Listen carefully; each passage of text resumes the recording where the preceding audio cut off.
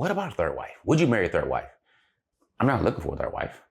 I'm open, I'm married but available, but I'm more interested in really helping my children get married, the ones who are of marriageable age. That's more of a task than me. But let's say I was, okay? Then the question arises, how would you really deal with that? Would you look for the same things? And absolutely not. Warning, viewer discretion is advised. The content, views, and educational material you are about to experience could challenge your belief, trigger strong emotions, and frankly, piss you off. This isn't for everyone. If you're not ready to confront new ideas, or if your feelings bruise easily, this might be the time to click away. Expect to be challenged, to think, and you might even want to scream at the screen. Proceed with caution, and remember, you chose to be here. Let's get it. Assalamu alaikum, peace. I'm Coach Nazir, one of the founders of Outstanding Personal Relationships and one of the authors of the book, Let's Talk Polygamy Uncensored, with my wives, Coach Fatimah and Coach Nyla. Now, I practice polygyny, right? Meaning, now when I say polygyny, let me give you a quick education. The word polygamy means a spouse or a person who has multiple spouses, okay? Now, the word polygyny that we used really interchangeably, if you will, because historically speaking, polygyny has been the main form of polygamy, but it falls under that umbrella. Polygyny means a husband who is married to multiple wives. Now, there's also another form of polygamy, which is polyandry, which is a wife who has multiple husbands. Many of you probably haven't heard of that because it's not as common and it doesn't really lead to a fruitful environment or lasting society. So with that being said, we practice polygyny, which is under the form of polygamy. All right. Don't need any type of corrections. I know some people say, what is the word? You're saying polygamy wrong. No, we know what it actually is. Nevertheless, I'm married to these two women.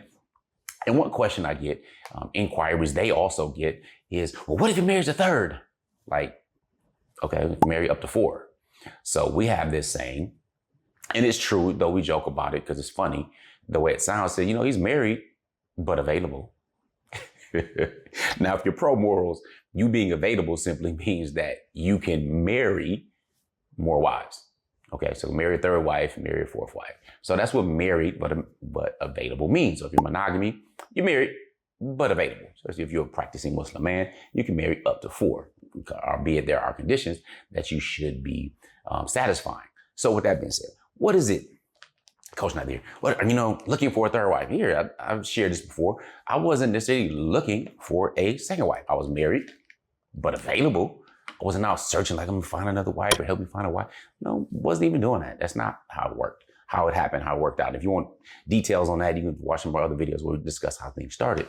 Nevertheless, so the question is, well, what about a third wife? Would you marry a third wife? I'm not looking for a third wife.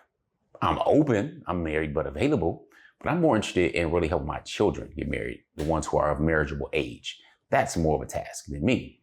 But let's say I was, okay?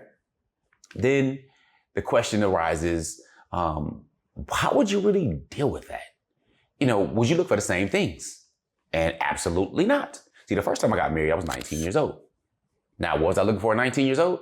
I didn't have a list. I didn't have a clue. I was looking for something different than my parents. I was looking for something successful. I was just changing my life, just changed my name after a few years. You know what I'm saying? So, no, wait. I changed my name a few months after getting married. Okay, several months. It happened to be on 9/11, but wasn't nothing popping on 9/11 other than 911 teaching, called 911, the National Emergency Day, if you will. But with that being said, I was 19 years old. You know what I'm saying? I didn't know much at all, like many 19-year-olds. Didn't know much at all. Didn't really have good coaching, any type of prenuptials or not prenuptials, pre-counseling, premarital counseling. Can I get the word right? Didn't have any of that. You know what I'm saying? I just knew the person that I love, that I wanted to be with, and so on and so forth, and built a family with, whom you now know as Coach Fatimah. Then, 15 years later, I married Coach Nyla. Now, again, wasn't looking, but married Coach Nyla. And there were different things that had to be satisfied to my approval in order to marry her. So now, let's say 15 years later, I don't know, I had this 15-year thing, if you will. Let's say 15 years later, now marrying someone else. Now, if I were to marry someone else, would it be the same condition for the first initial wife? or the second or the subsequent or incoming wife? No, not at all. Why? Because I'm different. I'm different. I'm not 19, all right? Not in my mid-30s. So I'm different. So this is not gonna be the same thing I'm looking for. Plus circumstances and things have changed. All right, things that I've built, things that we moved on and stuff like that. You really have to be on my program. There's little time that I have for any type of shenanigans, playing games, immaturity, not being with the program from the beginning. You know what I'm saying? I have a lot less patience for that where I am now in life than I would have 10, 15, 20 years ago. So no, the same things would not be in place than when I was 19 years old, when I had very few things or an idea of how life really was, or building a family and being a father, versus already having some of that experience when I got married the second time, having younger children and stuff like that. But now I have adult children who are married and am working on getting other children married because I want all of them to eventually be married. Nevertheless, that's a big challenge for me. So, and it's my job as a wali, that's my job as a representative of that guardian to, especially for my daughters, to make sure and work with the vetting and things I need to do to find an incredible husband. So some of the things though, one, you have to be on my program. You have to be cooperative from the get. There's some things I may have put up with from an incoming wife or from my initial wife that I absolutely would not put up with being married to another wife. Again, because I've changed at this stage. I can have the ability to be more distinguished, all right, in my selection. Because I personally am more distinguished as a man. Period. There's no question about that. All right. So cooperating. Now, would I bring it to my wives and have them determine who for? No, I won't. But I would speak with them about certain things and so on and so forth prior to and everything like that. No doubt. You know what I'm saying? That's best practices to begin with. Now, they have to be on that program. Any type of incoming wife that's going to be trying to marry me has to be on that program. Now, here's the thing. Am I looking to have more children? Stuff like that? I have 10 biological children, 2 bonus children. I have enough children. I'm working on grandchildren, getting grandchildren together and great-grandchildren and future generations. Now, I'm not averse to it. I can still make babies. That hasn't been a problem, clearly. But am I looking to change more diapers and all that kind of stuff? Nope. Done that for a few decades already. I'm absolutely good with it. All right. So this goes into the other part. Some people say, well, widows and people who are infertile or barren or what have you, and their option, that would be cool with me, actually. You know what I'm saying? So someone has never been able to have children or never been married or something like that. Of course, they would be kind of front of the line, if you will, if they're cooperative and they have these other characteristics. But again, that's being on my program. And I remember a brother told me, this is the man from, I don't need to tell you where he's from, but he was like, you know, the challenge that he has, and he's practiced polygyny. He's one of the first brothers that practiced polygyny where he had wives that cooperate and stuff like that. Again, the most successful people in polygyny tend to be quiet because nobody's business. They don't need to deal with other stuff unnecessarily.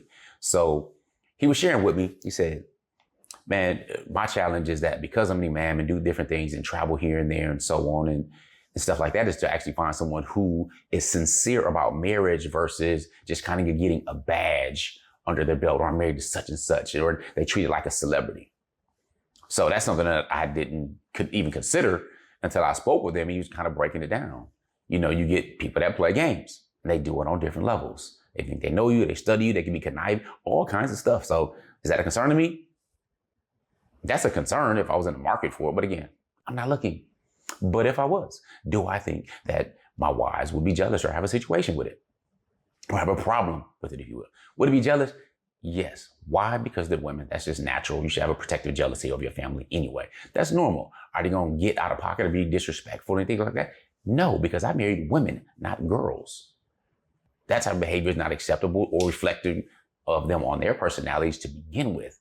The minimal amount of respect is just a basic courtesy to begin with. All right, so no, they won't act stupid. That's foolish. Any man that will allow that is not leading effectively. Okay? Now, that means will they cause a problem? No, it wouldn't necessarily cause an issue. Will there be an adjustment and some things like that going on? Yeah, of course, because time adjusts. You know, you have to adjust time and stuff like that, different resources. So that would be an adjustment. Would that be something that's necessarily liked? I doubt it. but it's an option. Option to build a family. Now, is building a family important? Is marriage important? Yes. Will Coach Nyla feel a certain way? You get some people say, oh, you're an incoming wife and stuff like that. You wouldn't really know how it would be until another wife comes in. Then we'll see how you feel about it. Listen, will she feel a certain way about it? Yes. Has she stated she feels a certain way about it? Yes. Has she felt that, oh, I'm this and I'm taking over and I'll come to blah, nobody's going to come out? No. Why? She's a woman. It is what it is. Now, that doesn't mean that she's like averse to it, like, no, you shouldn't and don't and all that kind of stuff. No. We've had those discussions and all this stuff before, all of us. Again, I'm married, but available. Am I looking? No. And I need to make that clear because I've got some interesting correspondence and stuff like that when I say married, but available. But that's the case. I can't fault anybody. That's dope.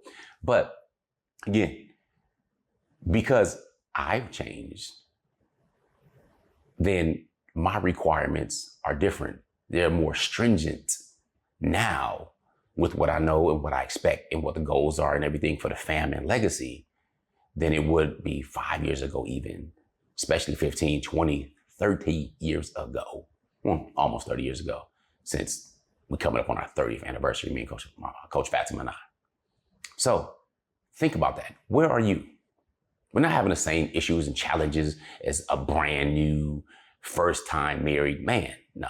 Second time married man. Nope. Got over that hump after several years. Took some time, reverse engineered the